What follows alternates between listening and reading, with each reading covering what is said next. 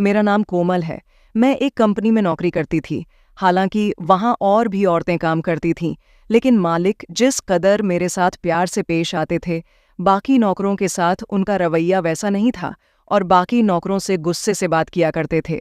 मैं पिछले 1 साल से जॉब कर रही थी और मालिक ना जाने कितनी मेहरबानियां मुझ पर कर चुके थे। ये देखकर ऑफिस के दूसरे नौकर भी हैरान थे। एक दिन मालिक ने मुझसे कहा कि कंपनी बंद होने के बाद मैं ऑफिस में ही रहूं। मुझे तुमसे बहुत ज़रूरी बात करनी है। ये सुनकर मुझे हैरत हुई। मालिक बड़े सुकून से अपने ऑफिस के केबिन में बैठे थे। मैंने ज़रा से दरवाजे को खोला ताकि उनसे कहूं कि जो काम है मुझे बता दे, वरना मुझे भी छुट्टी दे दो।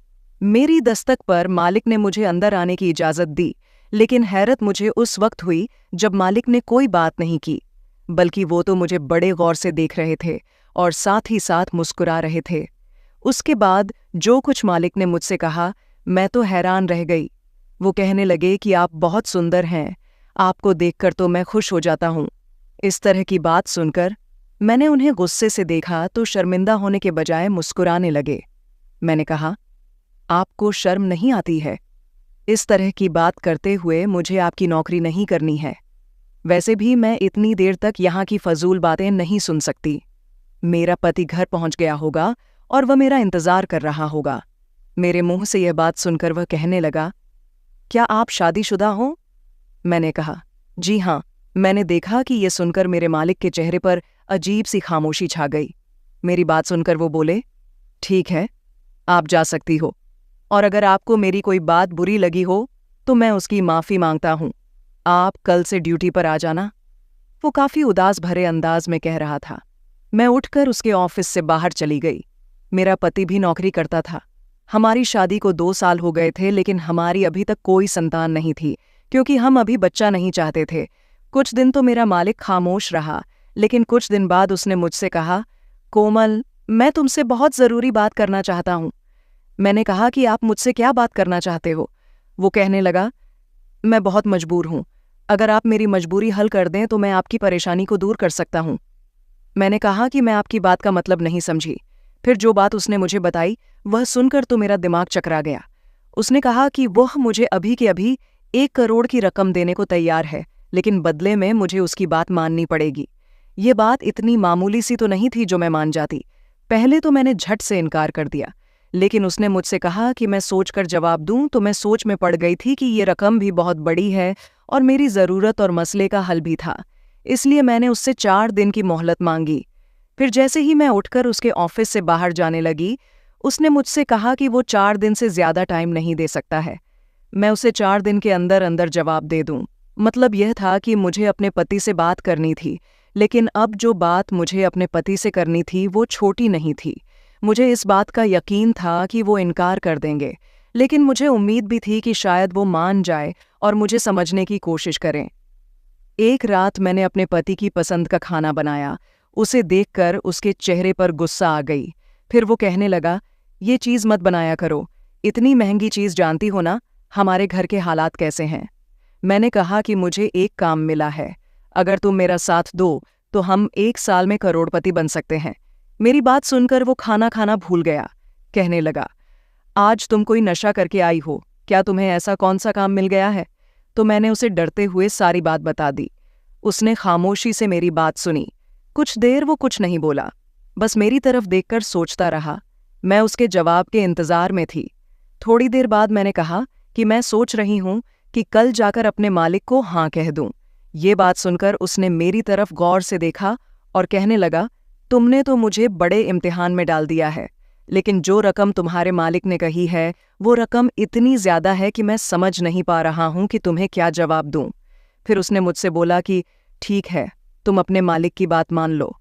असल में मेरे मालिक ने कहा था कि वो बे औलाद है और उसकी बीवी बांझ है, उसे औलाद नहीं हो सकती और वो अपनी बीवी को छोड़ नहीं सकता, क्योंकि सारा कारोबार और दौलत उसकी बीवी के नाम पर है। वो कहने लगा कि उसे एक खूबसूरत बच्चा चाहिए। तुम्हें देखकर मुझे यह ख्याल आया था और इसलिए मैं तुम पर ज्यादा मेहरबानियां कर रहा था। अब तुम शादीशुदा हो तो मुझे इस बात की फिक्र नहीं है। अगर तुम्हारा पति राजी हो गया तो वो तुम्हें तलाक दे दे और मैं तुमसे शादी कर लूंगा। जैसे ही मेरी औलाद होगी मैं तुम्हें तलाक दे दूंगा। तलाक देते ही तुम अपने पति से दोबारा शादी कर लेना। 1 करोड़ एक अच्छी खासी रकम है जिससे तुम दोनों पति पत्नी के हालात बेहतर हो सकते हैं। यही वो बात थी जो मेरे मालिक ने मुझसे कही थी। इस बात पर पति को भी इतराज़ नहीं था, इसलिए मैंने भी जाकर अगले ही दिन मालिक को अपने पति की रजामंदी दे दी। फिर मेरे पति ने मुझे तलाक दे दिया और मालिक ने मुझसे शादी कर ली। शादी के बाद मालिक मुझे अपने घर ले गए। उनकी बीवी बहुत खूबसूरत थी, लेकिन मुझे देखकर उसके चेहरे का रंग गुस्से में बदल गया था। वो मुझे मजबूरन बर्दाश्त कर रही थी और मुझे मालिक से मोहब्बत नहीं थी। मेरा मकसद पैसे वसूल करना था। अभी मेरी शादी को 1 महीने ही गुजरे थे कि मैं पेट से हो गई थी। मुझे तो इस बात से कोई खास खुशी नहीं हुई थी, क्योंकि मालिक मेरी मजबूरी थे, मेरा प्यार नहीं। मुझे अभी भी अपने पति से मोहब्बत थी, लेकिन मालिक बहुत खुश था। वो मेरा पहले से भी ज्यादा ख्याल रखने लगा था और उसकी बीवी भी बहुत खुश थी। वो मेरे खाने पीने का बहुत ख्याल रखती थी। जब भी मैं अपने पति को फ़ोन करती, वो बेहद उदास हो जाता था। कहने लगता कि मैंने तुम्हें जाने को तो कह दिया था, लेकिन मुझसे ये सब सहा नहीं जा रहा है। मुझे एहसास हो रहा है कि ये कोई मामूली सी बात तो नहीं थी। मेरी बात सुनकर वो फ़ोन रख देता था। जैसे जैसे वक्त गुजर रहा था, मैं यही सोच रही थी कि 1 करोड़ मुझे कैसे खर्च करने हैं। फिर वो वक्त भी आ गया। मेरा इंतज़ार ख़त्म हुआ। मैंने एक बेटे को जन्म दिया था। बच्चा होते ही मैंने बच्चे को अपने मालिक के हवाले कर दिया और भागते हुए अपने पति के पास चली गई। घर के दरवाजे पर आवाज़ देते देते मेरे हाथ थक गए, लेकिन पति ने दरवाज़ा नहीं खोला। मैंने आज पड़ोस वालों से कहा कि दरवाज़ा तोड़ दो। मुझे पता था कि मेरा पति इस वक्त घर में ही होता है, कहीं नहीं जाता। फिर वो क्यों दरवाज़ा नहीं खोल रहा था? मेरा दिल तो बहुत घबरा रहा था। तो पड़ोसियों ने जैसे ही दरवाज़ा तोड़ा, मेरा पति घर में गिरा पड़ा था। मैंने ज़ोर ज़ोर से चिल्लाना शुरू कर दिया, लेकिन बहुत देर हो चुकी थी। वो मेरा गम बर्दाश्त नहीं कर पाया और इस दुनिया से चल बसा। मैंने रोते हुए कुछ दिन गुजार दिए थे। मेरे पास कोई रास्ता नहीं था सिवाय इसके कि मैं मालिक के पास चली जाती। उससे कहती कि वो मुझे सहारा दे, क्योंकि मैं उसके बच्चे की माँ हूँ। लेकिन जैसे ही मालिक के घर पहुंची, मालिक बहुत खुश था। अपनी बीवी को अपने गले लगाकर बच्चे को भी गोद में उठाकर प्यार कर रहा था। मुझे देखकर मुस्कुराने लगा और कहने लगा, बहुत जल्दी थी तुम्हें अपने पति के पास जाने की, लेकिन अपने 1 करोड़ का चेक तो ले जाती, जिसके खातिर तुमने ये सब किया है। उसने जेब से चेक निकालकर मेरे हाथ में थमा दिया और साथ में पेपर भी दिया। कहने लगा, ये तुम्हारी आज़ादी का फरमान है। मैंने तुम्हें तलाक दे दी है, तुम जा सकती हो। ये सुनकर तो मेरा सर चकराने लगा।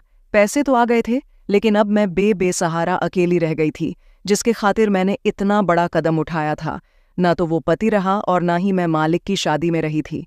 इस लालच ने मुझसे मेरा सब कुछ छीन लिया था। इसलिए कहते हैं कि इंसान को लालच में कोई कदम नहीं उठाना चाहिए। तो धन्यवाद दोस्तों, उम्मीद है आप लोगों को हमारी ये कहानी पसंद आई होगी। वीडियो पसंद आए तो लाइक करें और चैनल को सब्सक्राइब करना ना भूलें।